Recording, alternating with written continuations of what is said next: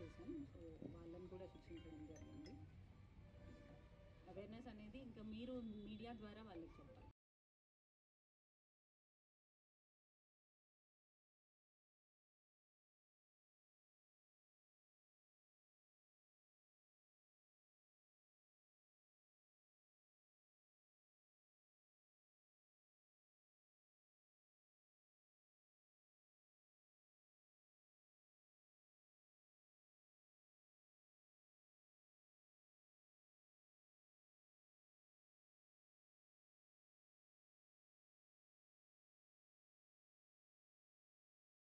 Wife ఇద్దరు police స్టేషన్కి వచ్చి వాళ్ళ బాబు హర్షిత్ అని 2 years అబ్బాయి.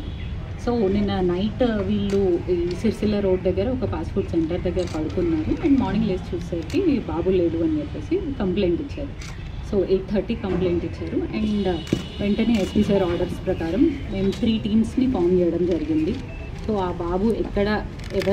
బాబుని ఎవరికి అమ్మేస్తారు అని చెప్పేసి ఇంకా వెంటనే రెస్పాండ్ అయ్యి సో దగ్గరలో ఉన్న సీసీటీవీస్ అన్నీ చెక్ చేయడం జరిగింది.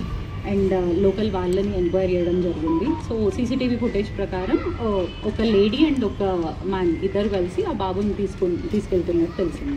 సో తర్వాత ఫర్దర్గా ఎంక్వైరీ చేస్తే ఇంకా ఫైనల్లీ ఈ పల్లపు రాజు అండ్ పల్లపు శారద అని చెప్పేసి వీళ్ళిద్దరు ఆ బాబుని నిన్న రాత్రి తీసుకెళ్లారు అండ్ భిక్షాటన కోసం వాడుతున్నట్టు తెలిసింది. సో మార్నింగ్ రైల్వే స్టేషన్ దగ్గర వాళ్ళు దగ్గర. సో వితిన్ 3 hours పోలీసులు రెస్పాండ్ అయ్యి వెంటనే బాబుని పట్టుకోవడం జరిగింది.